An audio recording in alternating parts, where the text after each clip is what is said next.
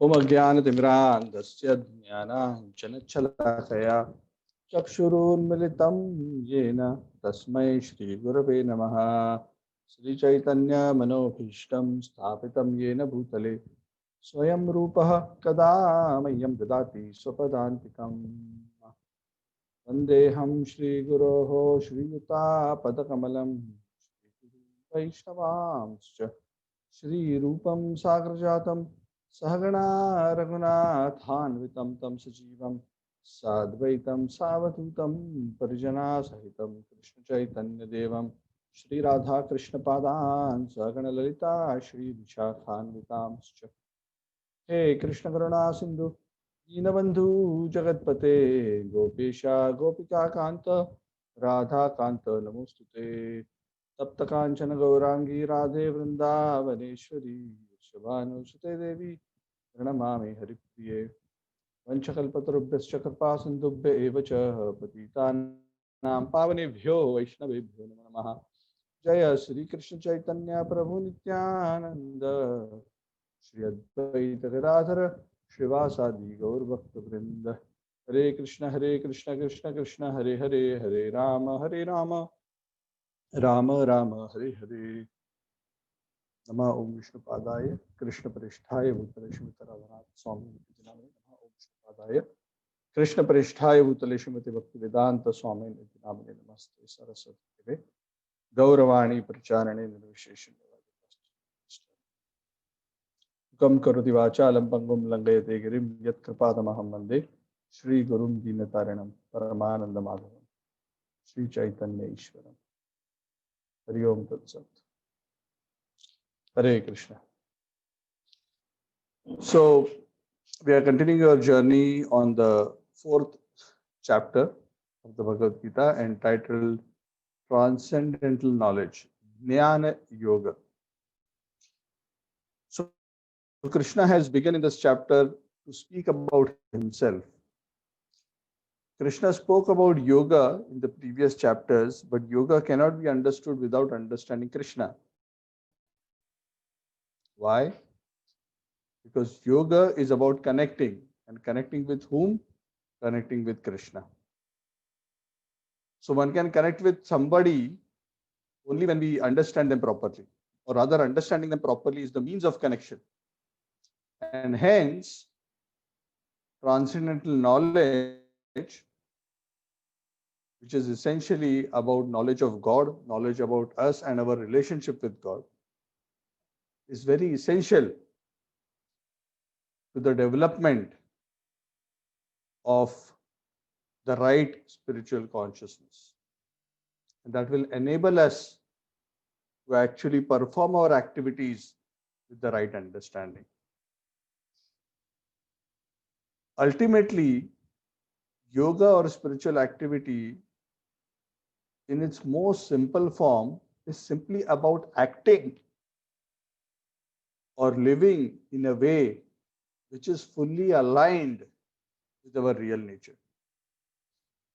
The problem with our activities right now is that all the activities that we are performing, they are performed with a misperception, with a misunderstanding, and that is why they lead us to entanglement. But when activities are performed based on the true understanding of our real nature, then automatically those activities actually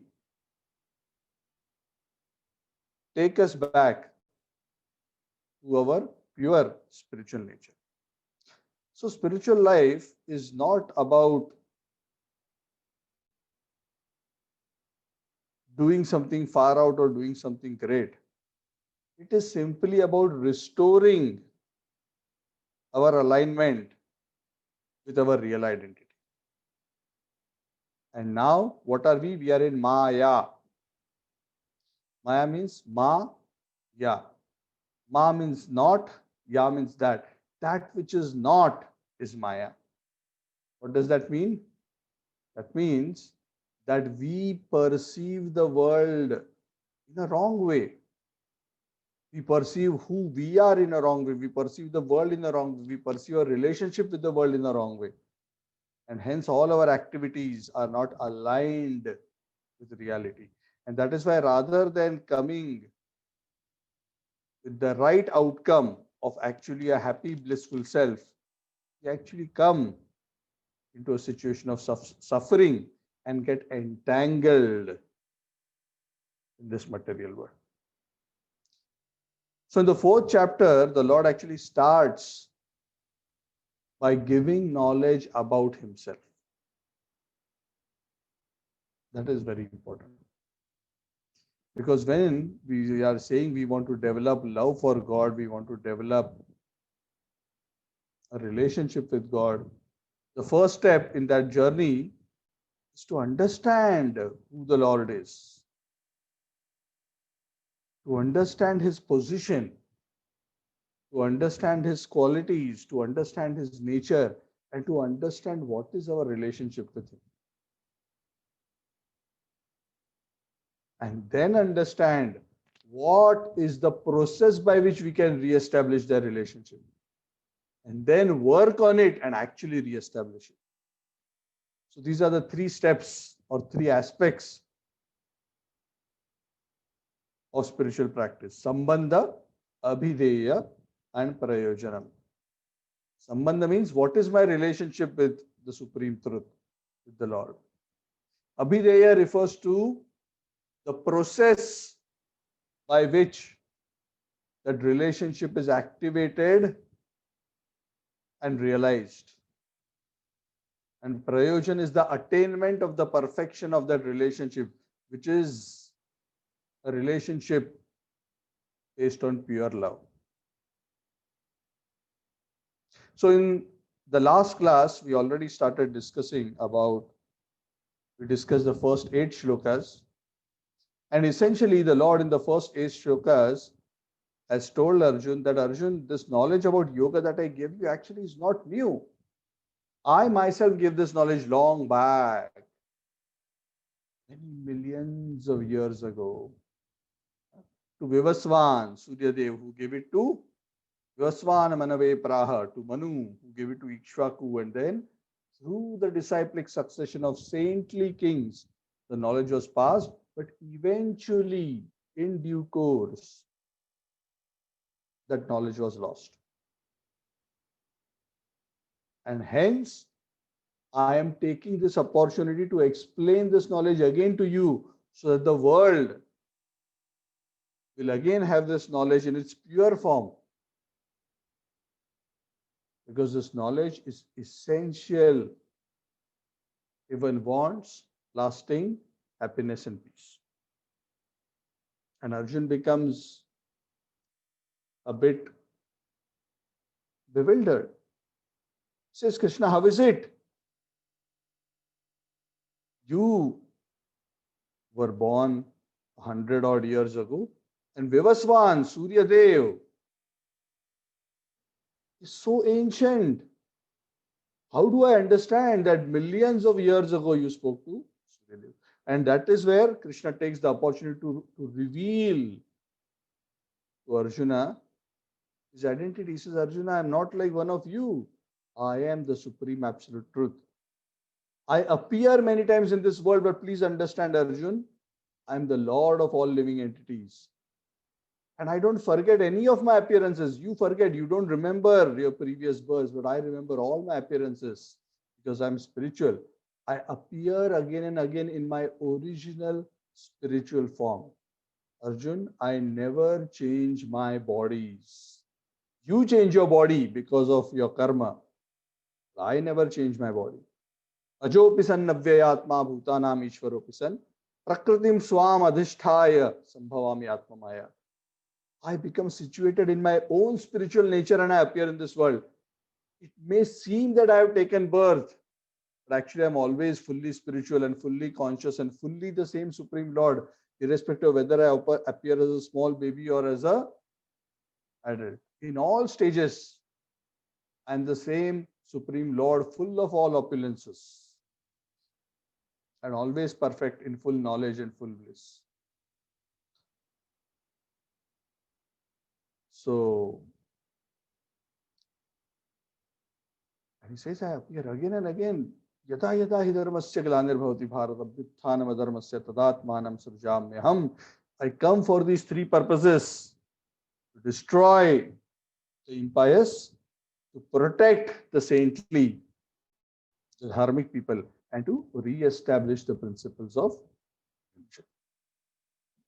And then in the 9th verse, the Lord summarizes by telling Arjun, Arjun, it is not a small thing to understand this about me. What I'm telling you about my spiritual nature, my spiritual form, it's not a small thing to be understood.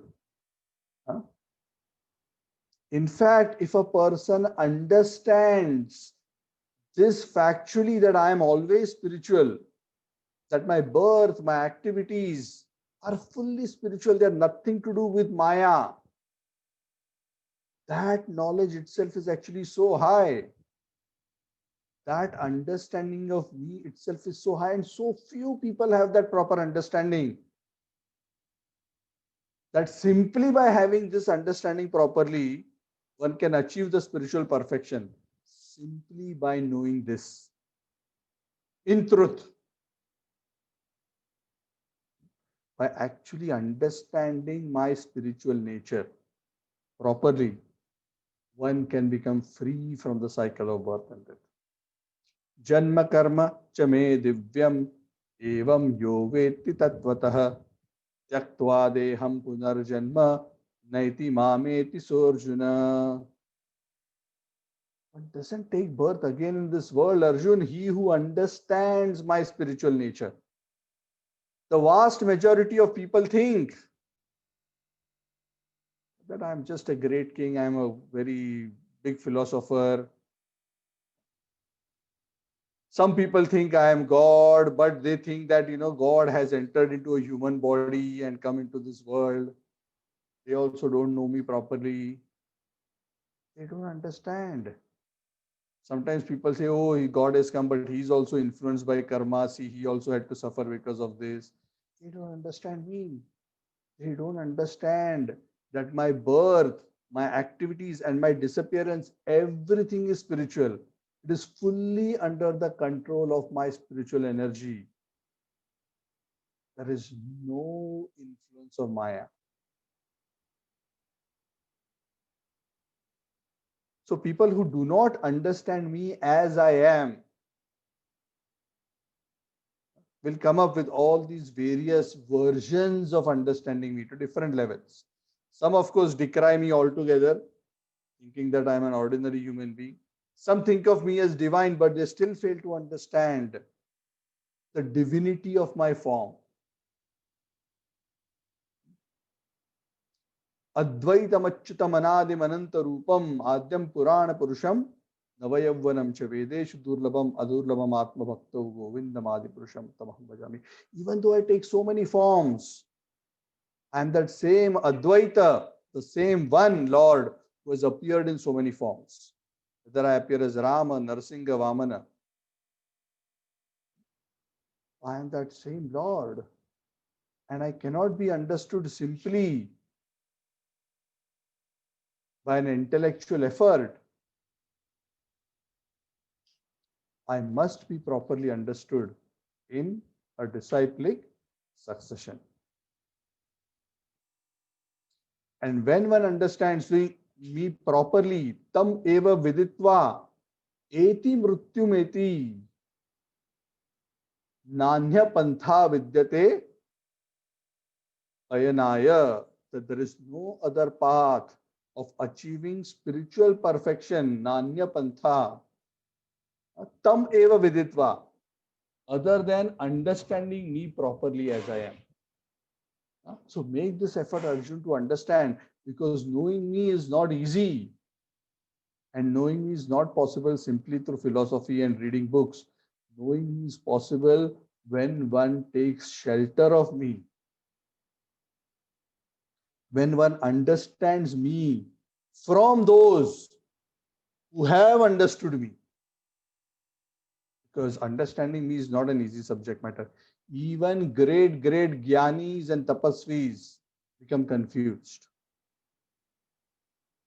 about my real identity, about the real nature of my appearance and birth and my form. So please understand what I am telling you. Vitarraga bhaya krodha manmaya mam upashritaha bahavo jnana tapasa uta madbhavamagataha. Many people attained spiritual perfection across so many ages by developing love for me, by understanding me properly. And for that, they had become purified through proper spiritual knowledge by making the proper effort and by becoming free with a raga bhaya krodha, being free from attachment, fear, and anger. If you recollect, attachment, fear, anger, we have discussed this many times, and Krishna has been repeating this many times. In the third chapter, he spoke about it as lust. Attachment, lust is an intense form of attachment. That attachment, when it gets frustrated, it becomes anger. When you don't get what you want, it becomes transforms to anger. When you have something and you're worried you will lose it, it becomes fear. Either you worry you will lose it or you are worried that you will not get it, then there is fear. So this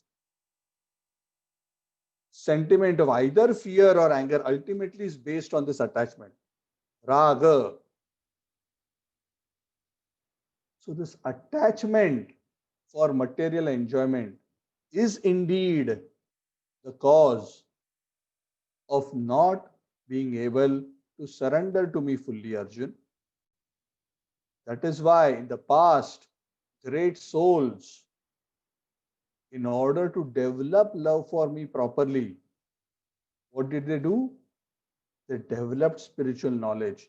They performed the right austerities and practiced the right rules and regulations to become free from attachment, fear, and anger. And at the same time, develop love for me. And in that way, having been properly purified, they attained my spiritual nature. Madbhavam agataha. Agata means they came. Where? Madbhavam, to my nature, my spiritual world, my spiritual existence. And they developed pure love. Madbhavam also means they attained love for me, bhava for me.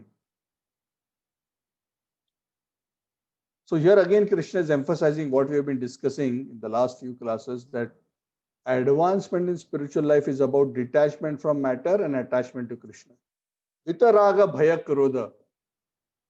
Why? Jnana tapasa, puta jnana tapasa is about detachment from matter. Mam upashritaha manmaya means having taken shelter of me, being fully situated in me. That is the positive activities of cultivating attachment to Krishna. Krishna is again summarizing here. Detachment from matter, attachment to him. And these processes are nicely combined under the guidance of a proper spiritual master. One becomes putaha. Putaha. Puta means all these people become purified. Puta means to become purified. And madbhavam, they develop love, bhava for me. That is why the Lord is hinting that please understand that if you remain attached to the petty attractions of this world and become absorbed in that, then rather than getting actual happiness, you will have to experience fear and anger. Because this material world is such that everything is always changing no matter what you attain.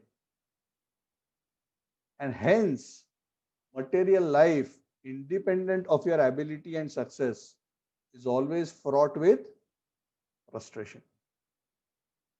There is fear at every stage. What will happen now? What will happen now? Oh, there is COVID. Now, what will happen if I go out? Oh, maybe, he sneezed. He was standing next to me. Now, what will happen to me? Oh, in office, I heard something like this. Maybe they're going to lay off some people. So, there is always fear. That is the nature of material life. So, those who are absorbed in matter, they become very fearful. But at the same time, there are others who go to the other extreme. They say, no, I don't want to be absorbed in matter, but I want to totally uh, be free from any kind of existence. Existence is the cause of problem. Rather than saying that material desire is the cause of problem, they say existence is the cause of problem. So let me extinguish my individual existence, either by merging into the Brahma Jyoti or by annihilating myself.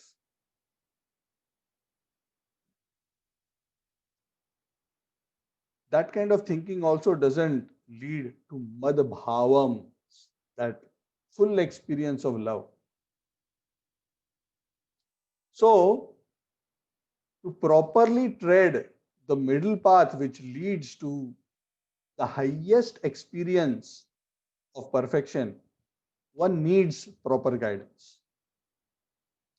And gradually, through that guidance, one can advance oneself with some initial faith, Adav Shraddha Tata Sadhu Sangho, Atha Bhajana Kriya, and so on and so forth, step by step, one can actually eventually come to the stage of pure love, where one becomes free from all kinds of fear.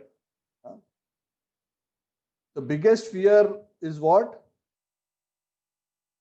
The biggest fear is that of losing one's individuality altogether.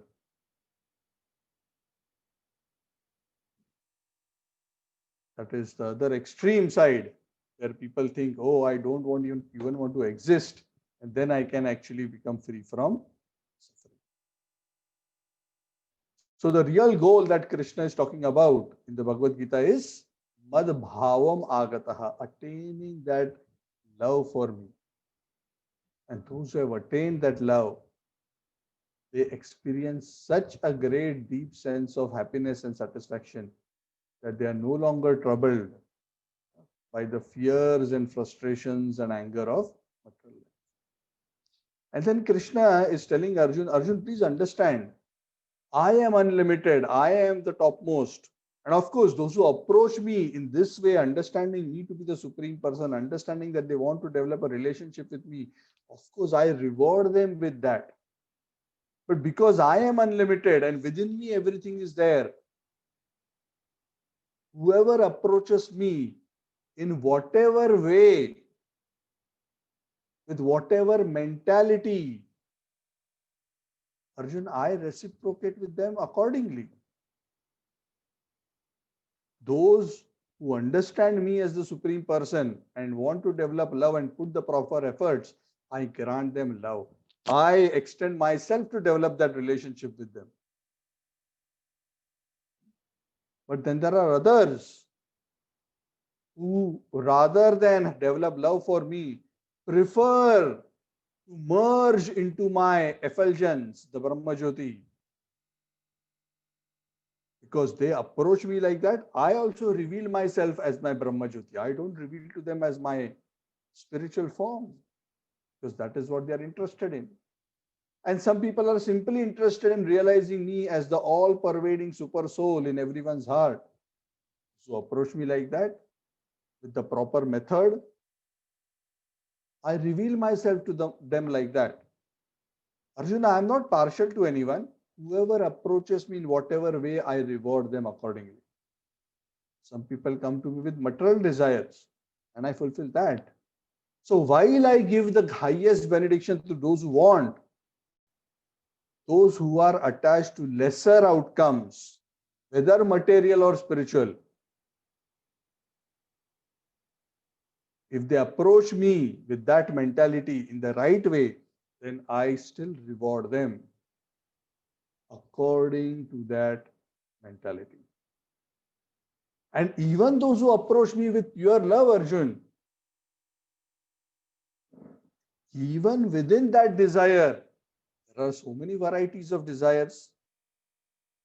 Mother Yashoda, she loved me, but she always wanted to see me as a son, as a small dependent child. So I reciprocated with Mother Yashoda like that. When she would chase me with a stick, I would run away out of fear. But Bhishma in the battlefield, he wanted to fight with me. He had the Virya Ras, the chivalry Ras. So when I confronted with him in the battlefield, I took the chariot wheel and charged towards him because that was his desire. I did not run away like Mother Yashoda in front of, like I did in front of Mother Yashoda when she was carrying a stick. And with my friends, the Gopas in Vrindavan, they would want to wrestle with me and play with me and share food from my plate. So I did that out of love. Even though I'm the Supreme Lord, they approached me as a friend. I reciprocated as a friend. Hanuman approached me as the master, and I accepted him as a servant. And the gopis approached me as their supreme beloved, and I reciprocated accordingly.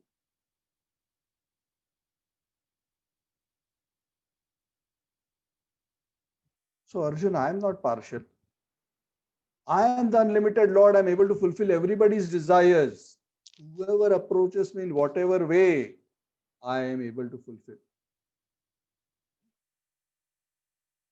And that is why one should always worship me. So, very beautifully in this verse, in the 11th verse, Krishna says, Ye yatha mam prapadyante tam stathaiva bhajamyaham mama vartmanu vartante manushya partha sarvashah. Ultimately, everybody is following my path and my system in some way. So ultimately, I am the owner of everything. I am the controller of everything. Everything is given by me only. So nothing is independent of me. And that is why one should worship me with all their heart. Akamo sarva kamo va moksha kama udaradhi ivrena bhakti yogena yajeta purusham param. The Lord is so pure and He's so fully spiritual in His nature and existence that if anybody connects to Him in any way, he gets purified. Shishupal connected to Krishna, not out of love. He was all the time criticizing Krishna. But because he somehow connected to Krishna in some way, he still got eventually purified. And there are many examples like this given. Shishupal out of envy. And there are others. Kubja, she was attracted to the Lord. Like a girl is attracted to a boy. But because she came in contact with the Lord, she became purified. So the Lord is all pure. And the Lord reciprocates according to how one approaches and at the same time purifies them and gives them the reciprocation at a spiritual level. So this is a very important principle to understand. So yes, if we do not develop proper understanding of the Lord, if we have half-baked knowledge and we approach the Lord like that, we can only achieve understanding and realization up to that level. And that is why Krishna says one must properly understand And Krishna explains later in this chapter what is the process to understand him properly. And then Krishna says there are some people who don't even come to me. Of course, there is so many ways to approach me, either as Brahman or as Paramatma or as Bhagwan. But there are others who are so attached to just immediate material benefits that rather than coming to me, the Supreme Lord, they go to the designated controllers of various universal functions to get some immediate benefits from them. Kangshantah karmanam siddhim yajanta iha devata shipram hi manushe loke siddhir bhavati karmaja. There are people who just want quick material benefits. They don't even have the patience or the desire to worship me, develop love for me. They say, oh, no time for all this. Yeah, I want money. I want success. I want this. I want that. Okay, so what can I do? Okay, maybe I should worship this devata and try to get this material benefit, or I should worship that devata and get this material benefit. And that is how people approach the various devatas in a very transactional mentality, not with any desire for spiritual elevation, nor out of love, but simply out of a materialistic desire. Of course, when they approach the various devatas, because the devatas are who? The devatas are different personalities who have been empowered by me only. And this topic is described in great detail in the 7th chapter, where Krishna explains the position of the devatas and how the devatas are created and empowered by him.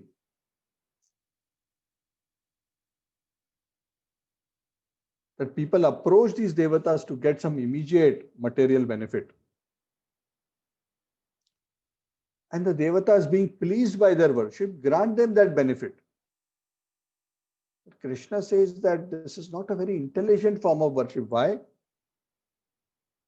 Because in the process, you offer something material, you get something material in return, and everything that is material eventually perishes.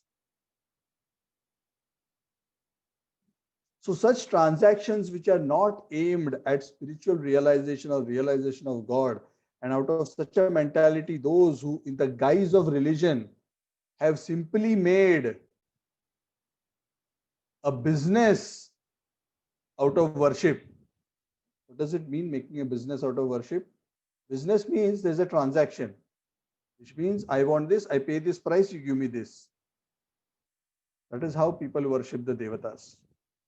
Kangshantaha karmanam siddhim yajanta iha devataha. Iha devata means devatas of this world. Yes, they may get their results quickly, but all these results are temporary. And they should understand that even the devatas are ultimately part and parcel of my Virat Rupa. They are not independent, nor are the devatas themselves the Supreme Lord. The devatas are like ministers in the cabinet of the king.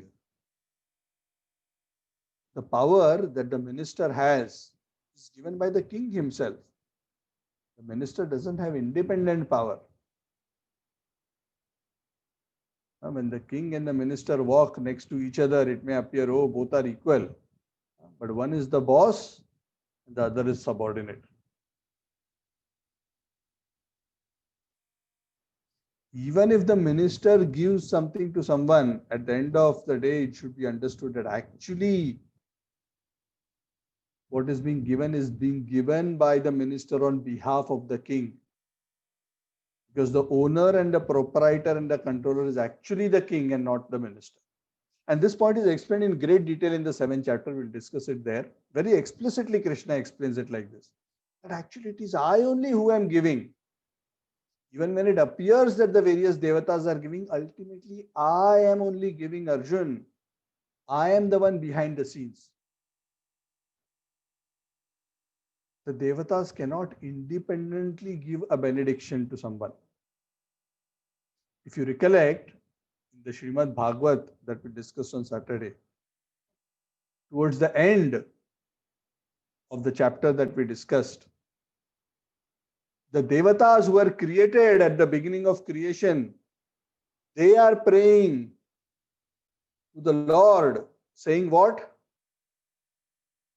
You have created us to control the various universal affairs, but we don't know how to do it and what to do.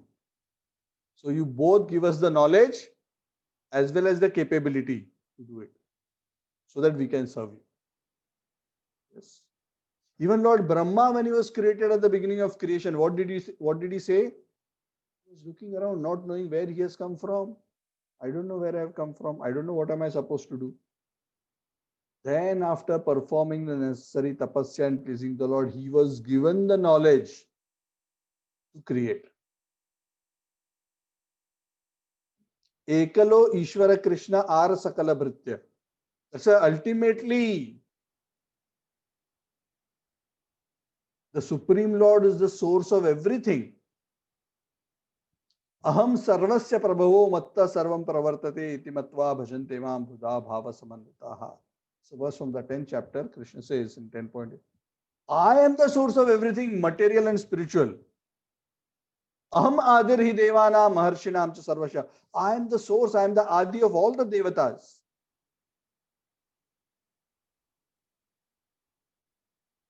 I am the supreme absolute truth, the samam bonam, the source of everything. I existed before the whole creation existed. I existed before any devatas existed. I existed before the universe existed. I was there when there was nothing. Then I create everything, then I make it nothing, then I create everything, then I make it nothing. I go on doing this, but I always eternally continue to exist beyond the material manifestation and independent of it. It's very amazing. So those who mistakenly think that the devatas and the Lord are one and the same, they are not actually in proper knowledge. And Krishna explains this across a few chapters in the Bhagavad Gita later. But here, in the 4th chapter specifically, Krishna is trying to emphasize the point that do not get lured into approaching the devatas simply for some material benefits, because then one is actually indirectly cheating oneself. Instead, one should work towards spiritual realization. And for spiritual realization, one should approach me. And for this spiritual realization, a person may say, oh, spiritual realization is so high, it is so big, it is so challenging for me to do. So what do I do? Where do I start? How do I? I'm still so full of material desires. I'm still so attached in so many ways, isn't it? When I first started getting interested in spiritual life, that is how I was thinking. I want to be spiritual, but so many other things also I want to do. So God knows that, Krishna knows that we can only start from where we are, right? Nobody can jump to, just because we get excited about a PhD doesn't mean one goes and sits in the PhD class. Actually, PhD, there is no classroom anyways, but one cannot jump to a PhD course. One has to start from where one is. Yes, the eyes may be on the PhD degree. One has to start from where is. That is why Krishna says that for gradual progress towards me, if the goal is clear that the goal is me, then the living entity, no matter what situation he is in, I have created a framework, a social framework. And based on that social framework, if a person acts according to that framework,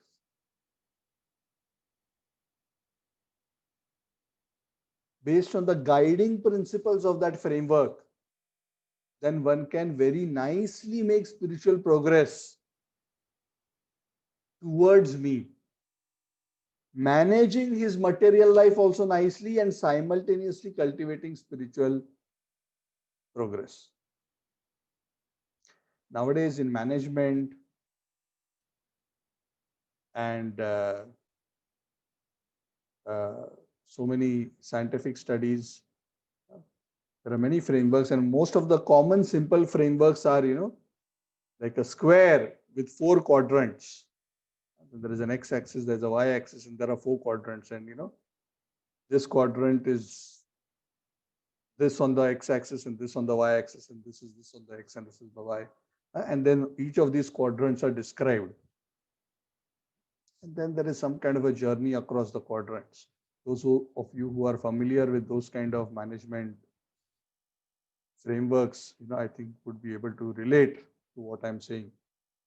So Krishna also gives very simple framework where he talks about 4 divisions.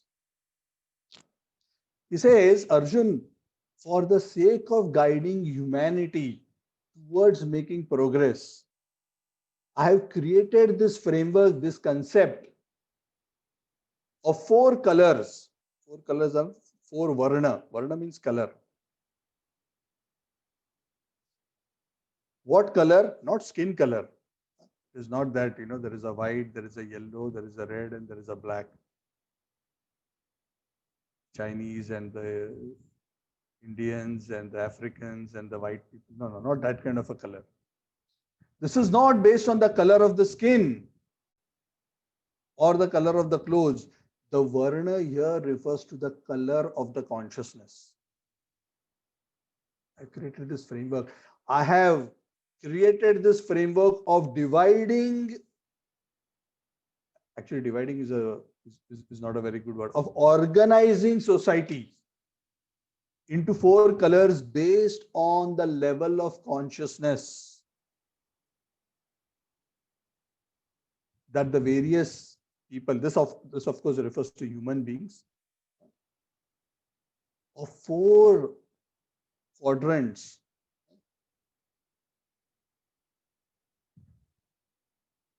And these 4 colors, these 4 varnas are based on the modes of material nature. They are not based on birth. They are based on qualities and activities. Because qualities and activities signify the modes. What do you mean by modes? You're talking about Sattvagun, Rajogun, Tamogun. Sattvagun is the most pure, Tamogun is the lowest. So from the lowest to the highest, 4 levels. Very low, low, medium, and high. 4 divisions. The highest is predominantly Sattva Gun. The lowest is predominantly Tamogun. Just above the low is a mixture of Tamogun and Rajogun. And beyond that, the third one is a mixture of Rajogun and Sattvagun. The highest is predominantly Sattvagun. It's like a spectrum. You understand a spectrum? It's the spectrum of consciousness. Like colors, right? Vibgyor. Yeah, when we talk about the rainbow. What is Vibgyor? Violet, indigo, blue, red, orange. Correct? The different colors of the rainbow. That's the spectrum, right? That's the visible spectrum. Of course, the spectrum goes far beyond it. There's the infrared and there's the ultraviolet. But there's a spectrum. What does the spectrum indicate? The spectrum is a range of frequencies. And for us, it's the range of frequencies that we can see. Similarly, in human civilization, there's a range of frequencies that the human consciousness can go through.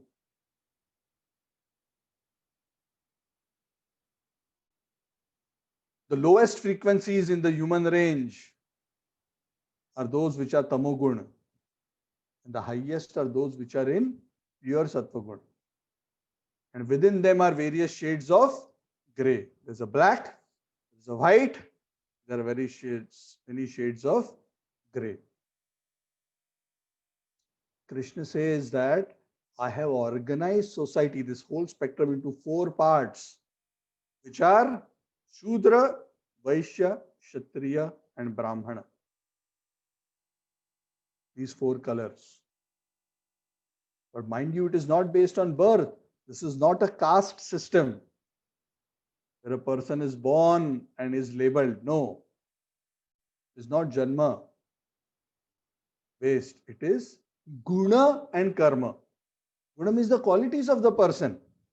If the qualities of the person is showing a Sattva Guna, then yes, by his qualities and activities, he is proving himself to be of a particular Varna. But another person, by his qualities and activities, may demonstrate that he belongs to another Varna. But why is it important to put this kind of a categorization? Is this about marking somebody as high and somebody as low? Is it about putting a sticker? Wow, yes, you are class 1. Okay, you are class 2. Class C. No. The purpose of this organization, Arjun, is that based on this organization, there are certain ways by which one can live in such a way that one can be both materially happy and spiritually progressive. I have created that framework. And for each of these groups, I have given guiding principles, I've given recommended activities, I've given what they should do and how they should live so that they can make spiritual advancement. Because I cannot treat everybody equal. Everybody is equal at a spiritual level, yes, because everybody is a soul. But based on their body, based on where they are in the spectrum in terms of their current spiritual evolution, different people are eligible for different kinds of activities, both materially and spiritually. And they must do those activities based on their eligibility. It is not right to ask a kindergarten student to give a 10th standard exam. He'll definitely flop. Yes. For a kindergarten student, if you say a square plus b square is equal to c square, he says, yes, yes, yes, I know ABC. I have studied ABC. But this a square plus b square is equal to c square is not about ABC. Isn't it?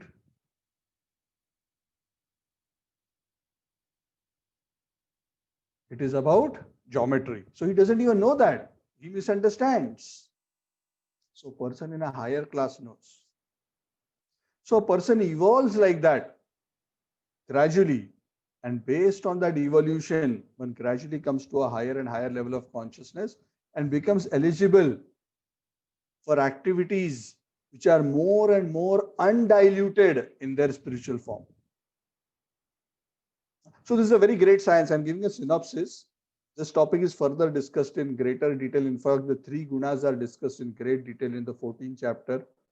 And in fact, across 14, 15, 16, 17, 18 chapters, this whole gunas are discussed all throughout in the last 6 chapters of the Bhagavad Gita, 13 onwards, especially 14 onwards. Especially in 14, 16, 17, and 18. These chapters, the gunas are discussed in great detail. But essentially, Krishna is saying here that Arjuna, I have created this framework. And understand, even though I have created not because I like to classify people. I am doing it to give a guiding framework for society so that every person gets the right opportunity and the right means to make spiritual progress as well as material progress and live happily while he's on this earth. And I have no personal thing to gain in this whole endeavor. I am the non-doer, even though I have set it up. Very beautiful. So there are many actually beautiful points. I'm not going to go into all the details here, but the 4 varnas are essentially Shudra, who's those who earn by providing services. That is the Shudra. So by that definition, Shudra is not just laborers. Sometimes we think Shudra means those who are laborers, those who are poor people, maids. No, no, no. Anybody who renders services and gains money, by definition, is a Shudra. That includes engineers, that includes anybody who takes up a job and is paid a salary. Out of the four categories, Shudra, Vaishya, Kshatriya, and Brahmana, the other three, neither of the three take a salary. It's very interesting. Only the Shudra takes a salary for services rendered.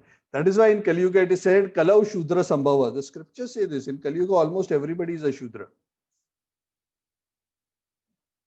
The Vaishya produces wealth. I'm not going to go into detail of this. These are all very elaborate concepts, but suffice to mention, the Kshatriya are those who are administrative tendency.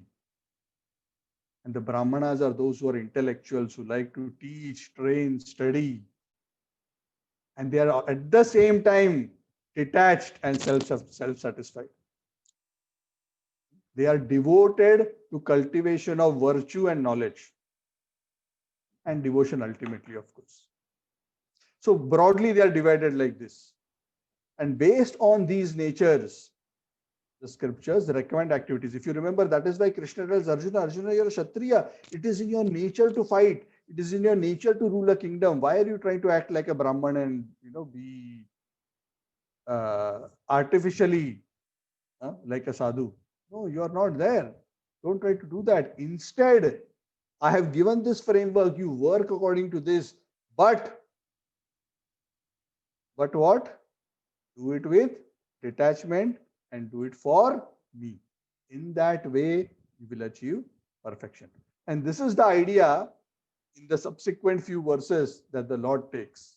So we'll discuss a few. Krishna now gives that beautiful principle to Arjuna, by which even though one may be in the four varnas, one can still achieve spiritual perfection. It is not that only the Brahman can achieve spiritual perfection. The Kshatriya can achieve spiritual perfection. The Vaishya can achieve spiritual perfection. The Shudra can achieve spiritual perfection. There is a way. And the way is not that the Shudra has to act like a Brahman or the Kshatriya has to act like a Brahman. No.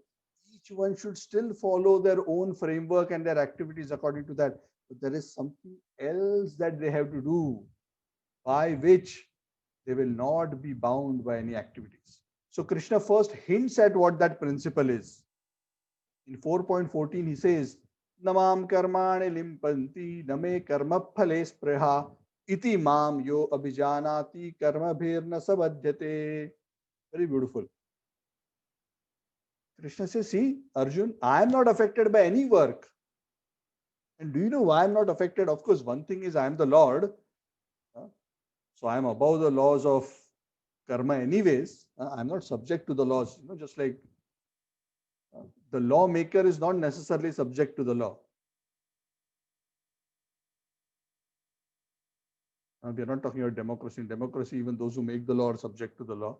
Of course, it is very difficult to apply the law to them. That's a practical, different issue.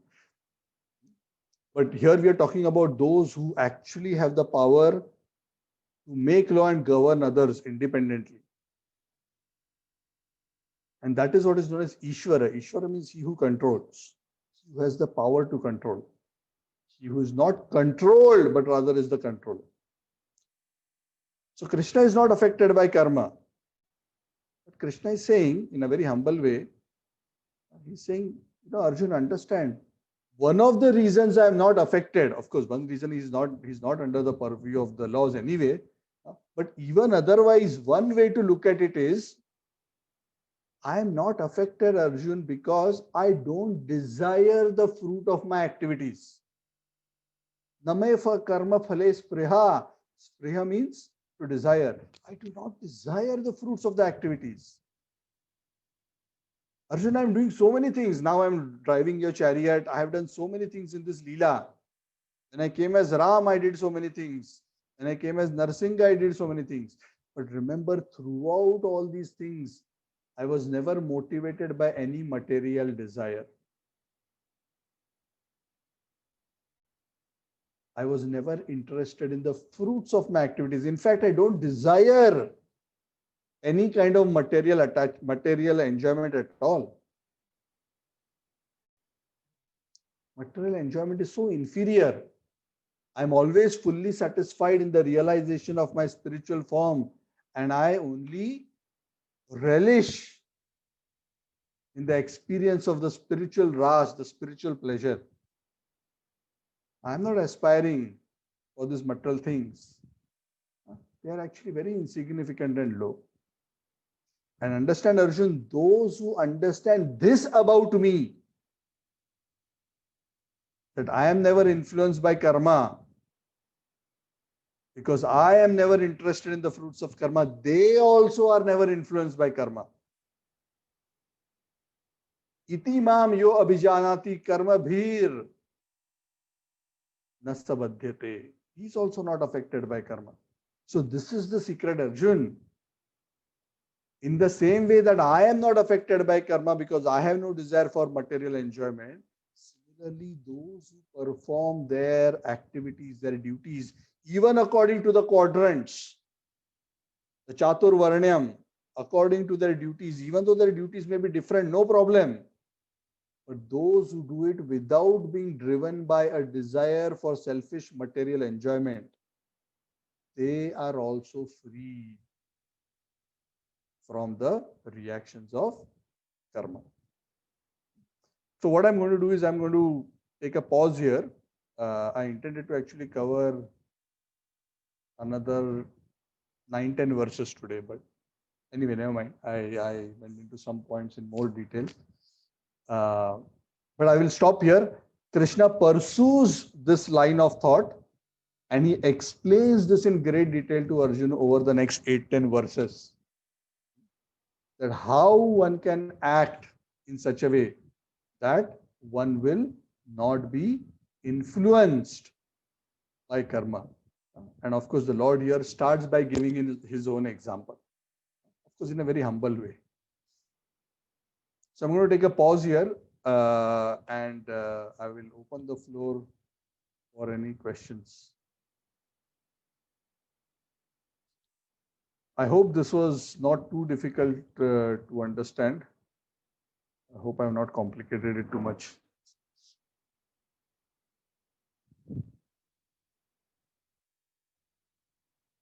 Hare Krishna Prabhu, I have a question.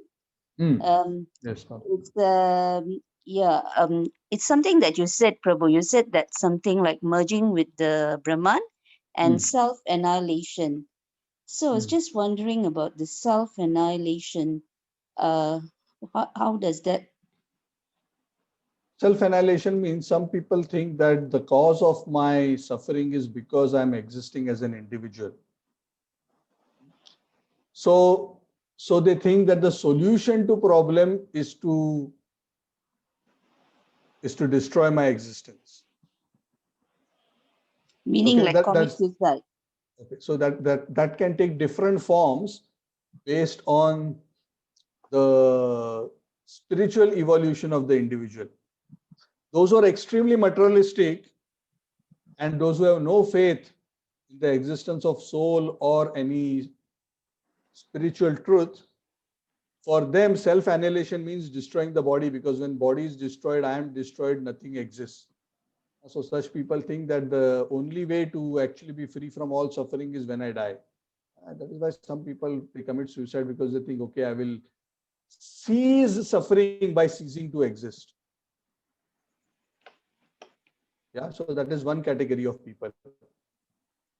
And there are another category of people who know that there is something called as a soul, or rather they say that they know that there is some sense of I which continues to exist even after I die, and that sense of I moves from this body into another body into another body.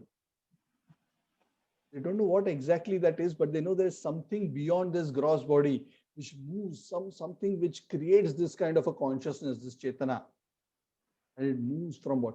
So I must somehow disintegrate that identity. Then all my suffering will cease. And that is the philosophy taken up by the Buddhists. Buddhists take up that philosophy that this individual construct of consciousness itself is not a permanent structure. It can itself be disintegrated, and that sense of individuality can be annihilated. And that is known as Shunyavad. Shunyavad means becoming nothing. So when I become nothing, then how will I go through any suffering? That is another way. And then there is a third way, where some people know, yes, I am a soul. I'm spiritual in nature. But I think I'm suffering because I'm an individual. So maybe if I extinguish my individuality, then I'll be free from all sense of suffering and all sense of limitation. So what I should do is, let me merge my individuality into the unlimited consciousness of the Param Brahma. And by merging my identity there and becoming one with that unlimited eternal existence, I will put an end to all suffering. That is the view of the impersonalist, the Brahmavadis. So for some of you who are not familiar with this, you may find this a bit difficult to understand. Do not worry too much about it right now. We will discuss these concepts in more detail later. But broadly, these are the three ways of how people conceive that they will annihilate themselves to become free from suffering. But a devotee doesn't take any of these three paths, and the Bhagavad Gita doesn't recommend any of these three paths. Because the actual truth is that spiritual identity cannot be disintegrated or dissolved at any stage, even after perfect liberation. And the Bhagavad Gita mentions that very emphatically.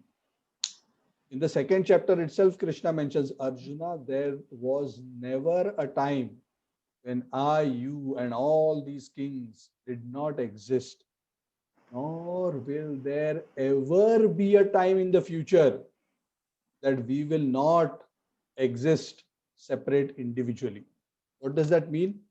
That means even if somebody achieves spiritual perfection, the individual soul continues to exist as an individual. Individuality cannot be annihilated, and that is why the soul is called Sanatana. No beginning and no end. It is not that it is like a spark of fire who goes into the fire and becomes the fire and disappears. No. The Gita doesn't explain it like that. So those who are devotees of the Lord, they understand that the solution to problem is not the extinguishing of identity. The problem is not the identity. The problem is the misidentification. The problem is not the individuality. The problem is the misperception of the individuality. So one has to align one's individuality with the reality of spiritual existence, which is that the soul is part and parcel of the supreme truth. Mamaivamsho jiva loke jiva bhuta sanatanaha.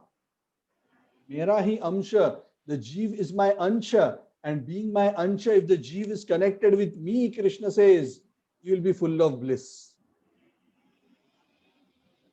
Just like a bulb, when he's connected to the powerhouse, is fully lit up. Similarly, the soul, when he connects to me, becomes fully lit up with knowledge and bliss. That is the perfection of the soul. The soul cannot extinguish itself. The soul can only re-establish itself in its pure identity. Okay. Does that help, Mataji? Understand? Yes, Prabhu, crystal clear. I just wondering about the committing suicide, especially lately. A lot of young students and all are going into that kind of thing. I know over this week I heard of 2 students doing that. So it's the times. That's why I was wondering. Suicide actually makes the problem worse. Suicide is never a solution. Those who take that path, they thought they will put an end to suffering, but they actually create more suffering for themselves. Anyway, I'll not go into the details of that. For now, we will discuss that another day. But that is very, very unfortunate. Then karma, you cannot escape from karma by committing suicide. You accrue more karma by committing suicide on top of what was already there. So nothing disappears, but more comes your way. So that is a very dangerous path to take. So let's pray for them. Any other comment, question?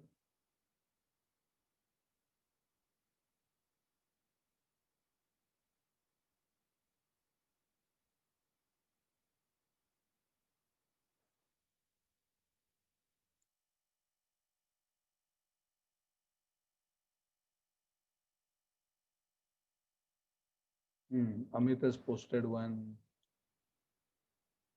quote by Srila Prabhupada about the Chaturvarnyam. He says that Prabhupada once commented that by this system, everyone does what he is most fit for. Otherwise, it would be like asking a horse to do a donkey's job and asking a donkey to do a horse job. So a donkey should behave like a donkey, a horse should behave like a horse. Yes, you cannot go into a horse race on a donkey. Yes, you cannot go on the race course and be on a donkey and say, no, no, they look similar. They both have 4 legs. See, they both have some hair here. They both eat grass. So the reality is that each one of us is unique. We have a particular nature. We have certain qualities. We have certain propensities. The scriptures are so liberal and broad-minded in their framework that they give us the right guidance of what kind of activities will be helpful for us to be happy materially and spiritually. Okay, so looks like there's nothing else. So we'll end our class here. So thank you all very much. Grantara Srimad Bhagavad Gita ki. Jai. Srila Prabhupada. Hare Krishna.